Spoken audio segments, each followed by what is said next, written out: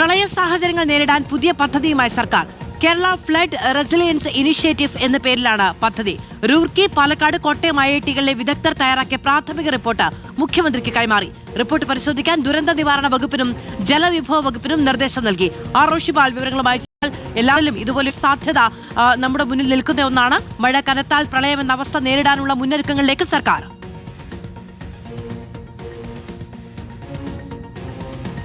മാധു, സംസ്ഥാനത്ത് തുടർച്ചയായി പ്രളയമുണ്ടാകുന്നു, ഉരുൾപൊട്ടൽ ഉൾപ്പെടെയുള്ള പ്രകൃതി ദുരന്തങ്ങൾ അത് ആവർത്തിക്കുന്നതൊക്കെ സാഹചര്യത്തിൽ കൂടിയാണ് IIT-യുടെ സഹായത്തോടെ ഇങ്ങനെ ഒരു പദ്ധതി നടപ്പിലാക്കാൻ കേരളം തീരുമാനിച്ചത്.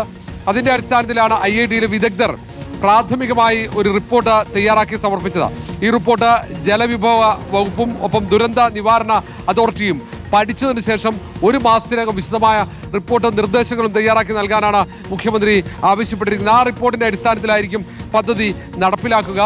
പ്രളയം ഒന്ന്, നദികളിൽ വെള്ളം കരകവിഞ്ഞൊഴുകി ഉണ്ടാകുന്ന പ്രളയം, ഉരുൾപൊട്ടൽ, അങ്ങനെയുള്ള പ്രകൃതി ദുരന്തങ്ങൾ ഇതെങ്ങനെ മറികടക്കാൻ കഴിയും, ഇതെങ്ങനെ നേരിടാൻ കഴിയും, എങ്ങനെ പ്രളയം വരാതിരിക്കണം, അതിന് മണൽ നീക്കം അത് ശാസ്ത്രീയ പഠനത്തിന് ശേഷം മാത്രമേ നടത്താൻ പാടുള്ളൂ എന്നടക്കമുള്ള നിർദ്ദേശങ്ങൾ IIT-യിലെ വിദഗ്ധന്മാർ ഈ റിപ്പോർട്ടിൽ നൽകിയിട്ടുണ്ട്. ഏതായാലും സംസ്ഥാനത്തെ നദികളിൽ നിന്നും മണൽ നീക്കാനുള്ള തീരുമാനം അത് പ്രളയം തടയുന്നതിന്റെ ഭാഗമായി തീരുമാനിച്ചതാണ്. ഡാമുകളിലെ മണൽ ഉൾപ്പെടെ നീക്കം ചെയ്യാൻ തീരുമാനിച്ചു. പക്ഷേ അത് നീക്കം ചെയ്യുമ്പോൾ അത് ശാസ്ത്രീയ അടിത്തറയുടെ പിൻബലത്തിലായിരിക്കണം അങ്ങനെയുള്ള ഒരു തീരുമാനം നടപ്പിലാക്കേണ്ടത് എന്ന നിർദ്ദേശം കൂടിയുണ്ട്.